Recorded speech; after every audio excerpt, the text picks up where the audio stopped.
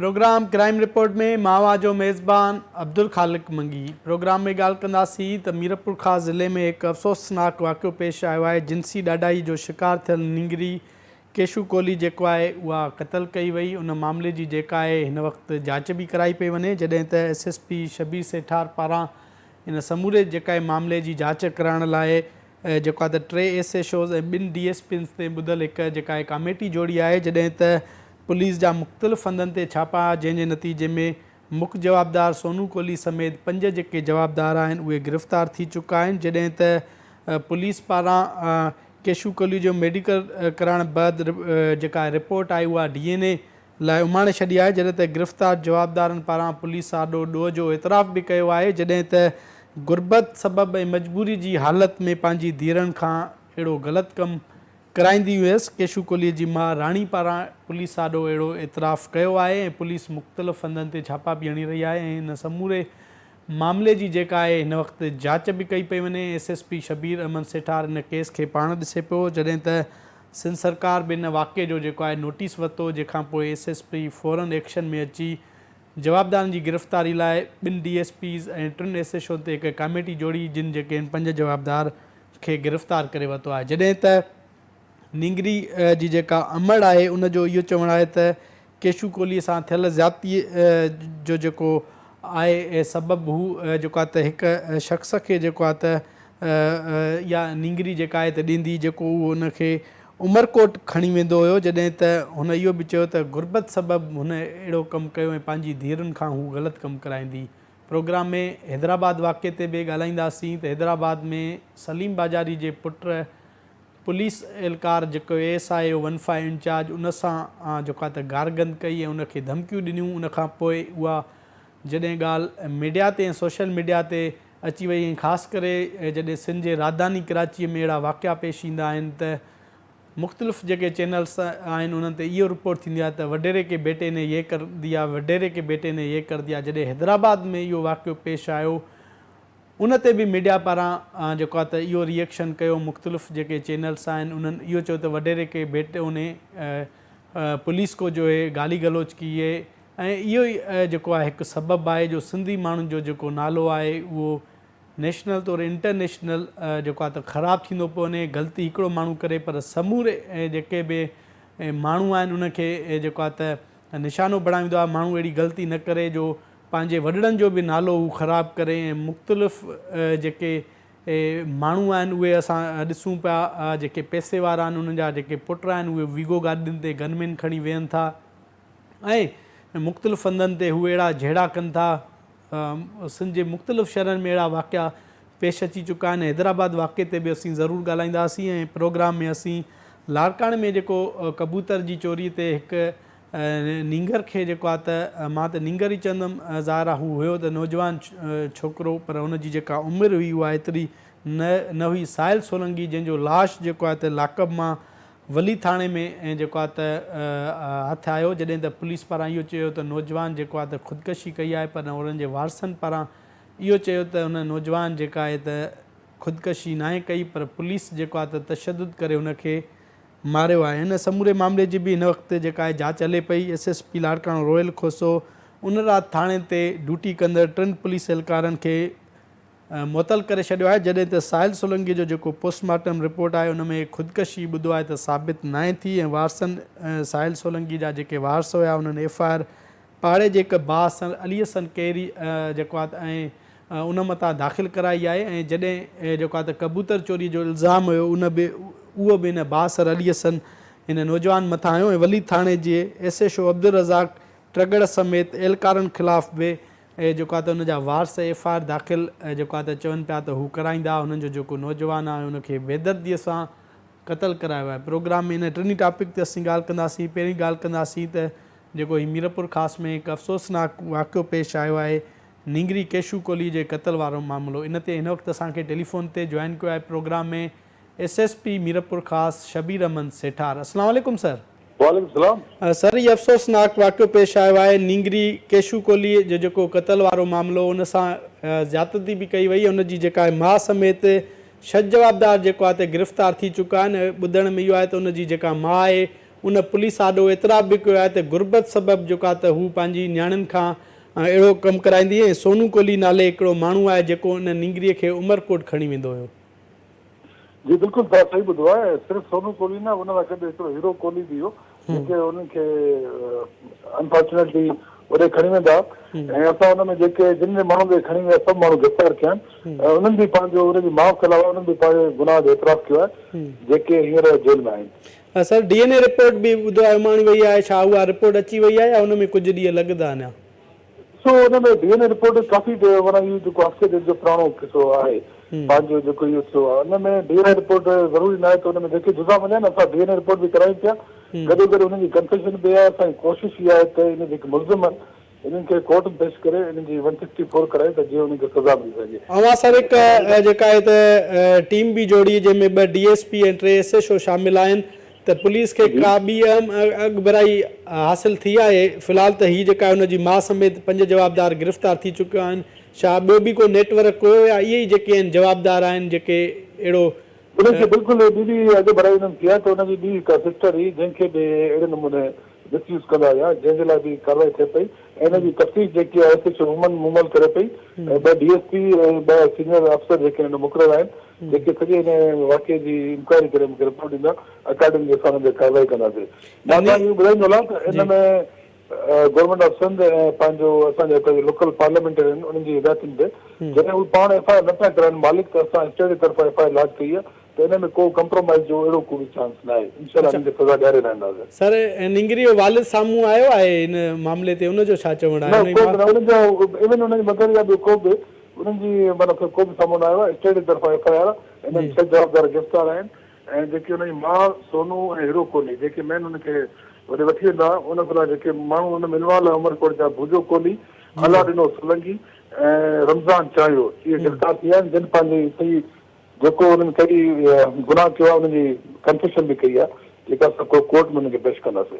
वॾी महिरबानी sir programme में जॉइन करण लाइ। SSP मीरपुर ख़ासि शबीर अहमद सेठार जूं अवी ॻाल्हियूं ॿुधियूं। हुनजो इहो चवणु आहे त पुलिस हुनजे माउ समेत 6 जवाबदारनि खे गिरफ़्तार करे चुकी आहे जॾहिं त हुनजा वारस जेको आहे त FIR दाख़िल न पिया कराइनि। ऐं पुलिस पंहिंजी मुदत में जेका आहे त हीअ FIR दाख़िल कराई आहे। हिन में अहिड़ा जेके आहिनि कलम लागू कया विया आहिनि ऐं हया विया आहिनि जेके कंहिं बि सूरत में हुननि जी जेका आहे ज़मानत न थींदी ऐं जेके जवाबदार आहिनि उन्हनि खे सख़्त खां सख़्तु सज़ा मिलंदी। जॾहिं त अहिड़ा अफ़सोसनाक वाक़िया सिंध में पहिरियां बि थी चुका आहिनि। हीअ जेको आहे तमामु घणो अफ़सोसनाक वाक़ियो पेश आयो त इन वाक़े में हुनजी जेका माउ आहे उहा ई मुलविस आहे। हुनजी भेण सां बि पहिरियां ईअं थी चुको आहे। SSP मीरपुर ख़ासि शबीर अहमद सेठार जो इहो चवणो ऐं हुन इहो चयो त 2 DSP ऐं 3 SHO जेका हुननि हिकु टीम जोड़ी उन्हनि इहा कार्रवाई कई आहे ऐं जवाबदारनि खे उन्हनि गिरफ़्तार करे वरितो आहे। ऐं गिरफ़्तार जवाबदारनि ॾोह जो बि एतिराफ़ कयो आहे पुलिस आॾो ऐं हुनजी अमड़ बि जेको आहे त हिन ॾोह जो एतिराफ़ करे चुकी आहे। हुनजो इहो चवणु आहे त हिननि जेके बि जवाबदार आहिनि उन्हनि खे कंहिं बि सूरत में बख़्श न कयो वेंदो ऐं उन्हनि खां वधीक जेका आहे जांच हले पई। हिते वठूं था नंढिड़ो ब्रेक खां पोइ अचूं था वापसि।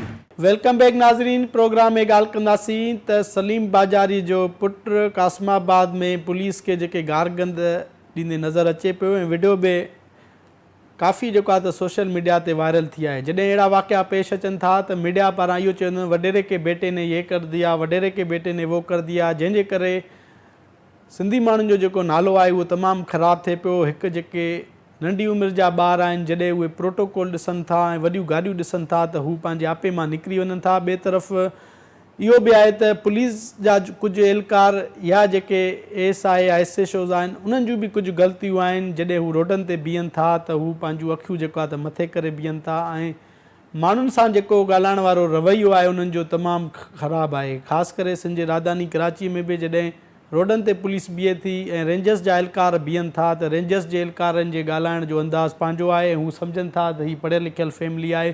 जेकॾहिं को फैमिलीअ सां आहे त हुनखे इज़त एतिराम सां जेको आहे त हू ॻाल्हाइनि था। पर पुलिस में जेके भर्ती थियल कुझु जेके एहलकार आहिनि उन्हनि जो जेको रवैयो आहे, टोन आहे, उहो तमामु ख़राबु आहे ऐं पुलिस ऑफिसरनि खे घुरिजे त हू पंहिंजे एहलकारनि जी जेका आहे त तरबियत कनि त कंहिं पढ़ियल लिखियल फैमिलीअ सां कीअं ॻाल्हाइजे। पर हीउ जेको वाक़ियो आहे पेश आयो कासमाबाद वारो, इन में पुलिस एहलकार हुन सां असांखे ॻाल्हाईंदे नज़र अचनि था, पर जेको नौजवान हुयो उहो पुलिस खे गारगन करे रहियो ऐं पुलिस वारनि खे घटि वधि ॻाल्हाए रहियो, जंहिंखां पोइ कुझु माण्हुनि या पुलिस एहलकारनि ई उन जी जेका वीडियो आहे उहा भरी। उनखां पोइ उहा वीडियो जॾहिं वायरल थी, उनखां पोइ उन वाक़े जी जेका FIR आहे उहा काटी वई, दाख़िल कई वई। FIR जेका आहे उहा जेका काटी वई आहे उन में अहिड़ो कुझु बि कलम नाहे लागू कयो वियो ऐं सलीम बाजारीअ जो जेको रिश्तेदार आहे उहो ॿुधायो वियो आहे FIR में उन जो पुटु नाहे ॼाणायो वियो, जॾहिं त कुझु ज़रिया इहो ॿुधाइनि पिया त इन FIR काटण खां अॻु में पुलिस पारां हिकु जड़गो करायो, जंहिंमें जेको आहे त पुलिस एहलकार उन्हनि खां माफ़ी वरिती।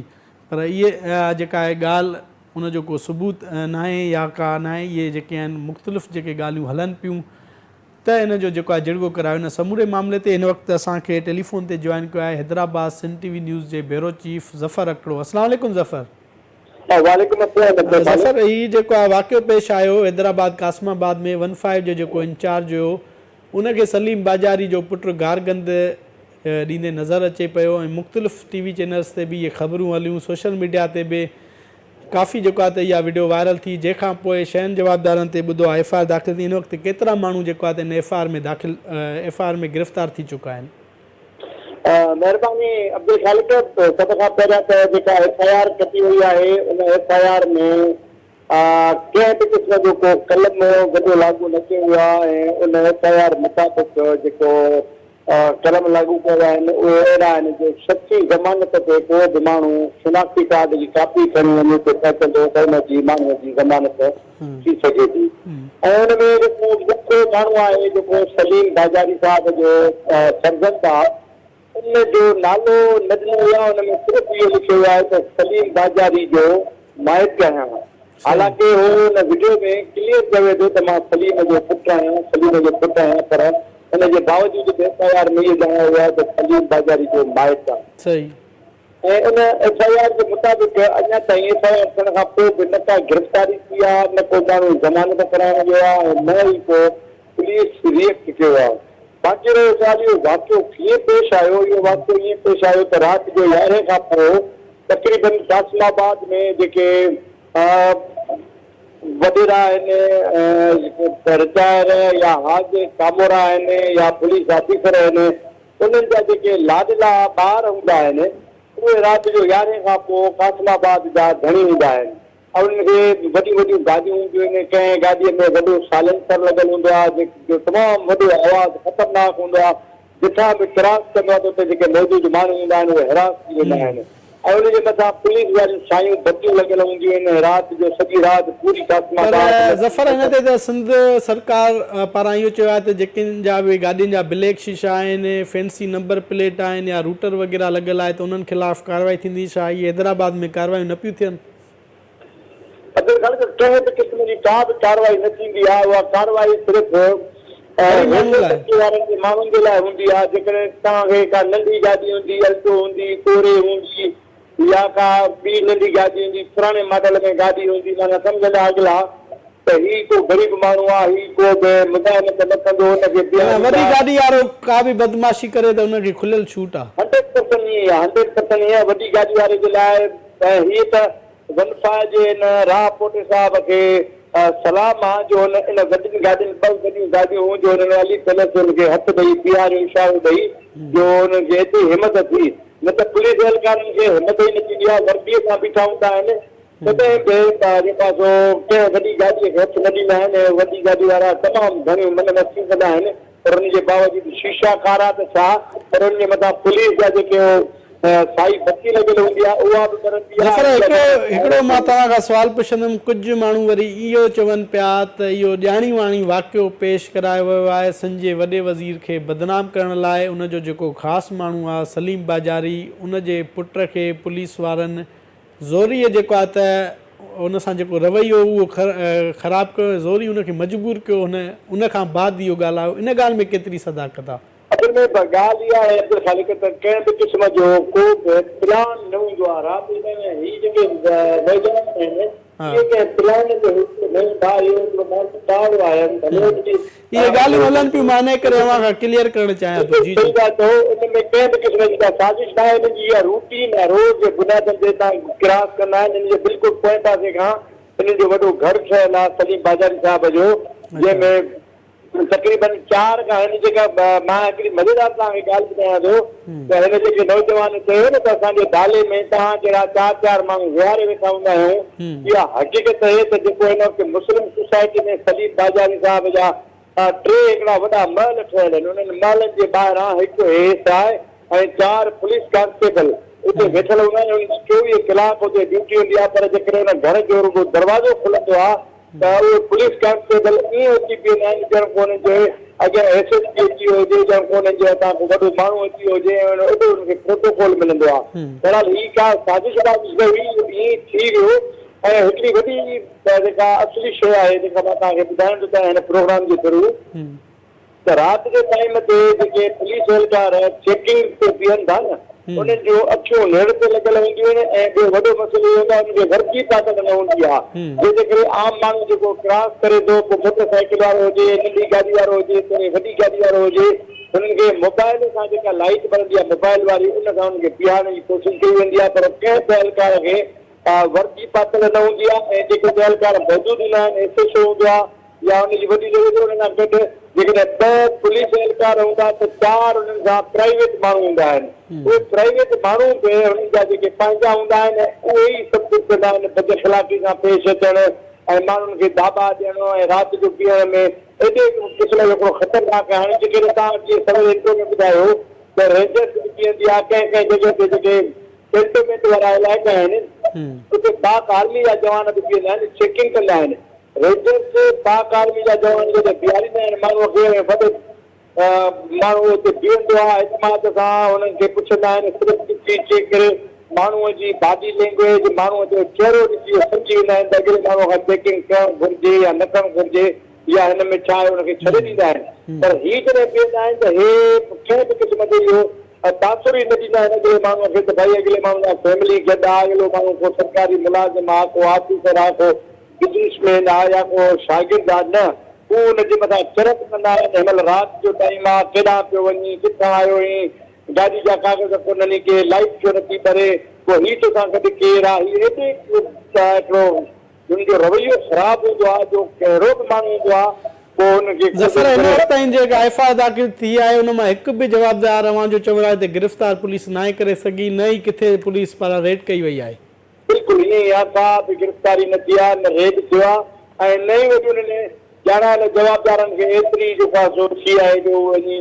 कोर्ट सगोरी में पिया अचनि को ज़मानत कराइनि ज़मानत कराए SHO खे वरी लेटर ॾियनि कंहिं बि क़िस्म जी फॉर्मेलिटी थी ऐं हुन खां अॻु में हुननि जो ठाह थी चुको उन पुलिस एहलकार में उन्हनि खां माफ़ी वरिती हुई इहा जेका मां ॻाल्हि कई त जिरगो थियो हुयो कंहिं हाउस ते इहा ॻाल्हि माना सही आहे बिल्कुलु ईअं ई थियो हुयो इहे हिकमत अमली छा आहे सॼो सिस्टम छा आहे उन खां पोइ FIR दाख़िल कई वई FIR बि दाख़िल कई वई फारत जेकॾहिं मां सम्झां थो त इहे ई माण्हू शिनाख्ती कार्ड जा कंहिं बि नौकर खे कंहिं चौकीदार खे कंहिं गार्ड खे वठी मोकिले ॾे उहो शिनाख्ती कार्ड थाणे ते ॾेई चवंदो त बाबा मां हिन जो ज़ामीन आहियां त उहे ज़मानत हुन जी उते ई थाणे वॾी महिरबानी ज़फ़र अकड़ो प्रोग्राम में जॉइन करण लाइ सिंध TV न्यूज़ हैदराबाद जे ब्यूरो चीफ ज़फ़र अकड़ो जूं अमी ॻाल्हियूं ॿुधियूं हुनजो इहो चवणु आहे त सलीम बाजारी जे पुट मथां जॾहिं FIR दाख़िल थिए पई त उन में उनखे सलीम बाजारी जो जेको रिश्तेदार आहे उहो लिखियो वियो आहे ऐं जेके ॿिया जवाबदार उन में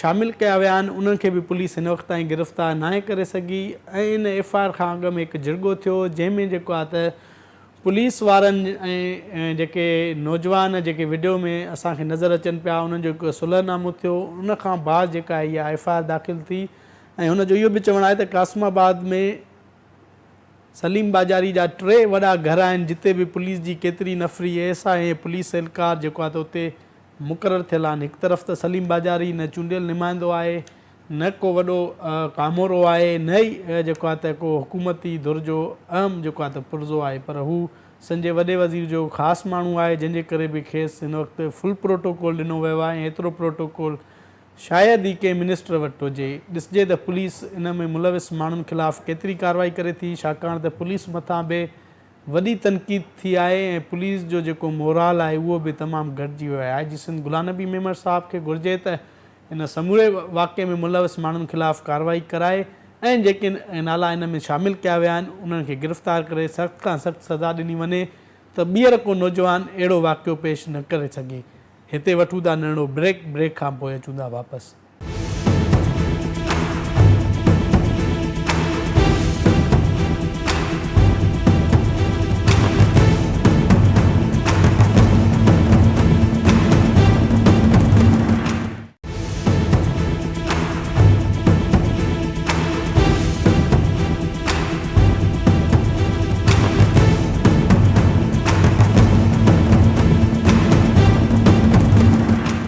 वेलकम बैक नाज़रीन। प्रोग्राम में ॻाल्हि कंदासीं त लाड़काणे में हीउ अफ़सोसनाक वाक़ियो पेश आयो आहे। कबूतर चोरी इल्ज़ाम हेठि गिरफ़्तार नौजवान साहिल सोलंकीअ जो जेको लाश आहे उहो लाकब मां हथु कयो वियो। वली थाणे ते अली हसन केरी पारां साहिल सोलंकीअ ख़िलाफ़ु FIR दाख़िल कराई, जंहिंखां पोइ साहिल सोलंकीअ जे जिस्म ते जेके तशदुद जा निशान हुया हुनजे वारसनि जो चवणु आहे इहो बि जेको आहे त उनखे नज़र आया, जॾहिं त पुलिस इहो चयो त साहिल जेको आहे त थाणे अंदरि लाकब अंदरि जेको आहे त ख़ुदकशी कई, जंहिंखां पोइ हू जेको आहे त फ़ौत थी वियो। पर ईअं न आहे, उनखे जेको आहे त एतिरो त तशदुद कयो वियो जो हू लाकब में ई जेको आहे फ़ौत थी वियो। जॾहिं त आई.जी. सिंध गुलाम नबी मेमण पारां साहिल सोलंकी वाक़े जी जांच जो हुकुम ॾिनो आहे। जांच ऑफिसर DIG ट्रेनिंग फैज़ुल्ला कोरेजो खे मुक़ररु कयो वियो आहे, जेको 5 ॾींहंनि अंदरि जांच मुकमिल करे आई.जी. सिंध खे रिपोर्ट पेश कंदो। जॾहिं त उनजे वारसनि जो इहो चवणु आहे त वली थाणे जो जेको SHO आहे अब्दुल रज़ाक ट्रगड़ उनखे बि हिन FIR में दाख़िल कयो, FIR उनजे मथां बि दाख़िल कई वञे ऐं उन समेत जेके एहलकार हुया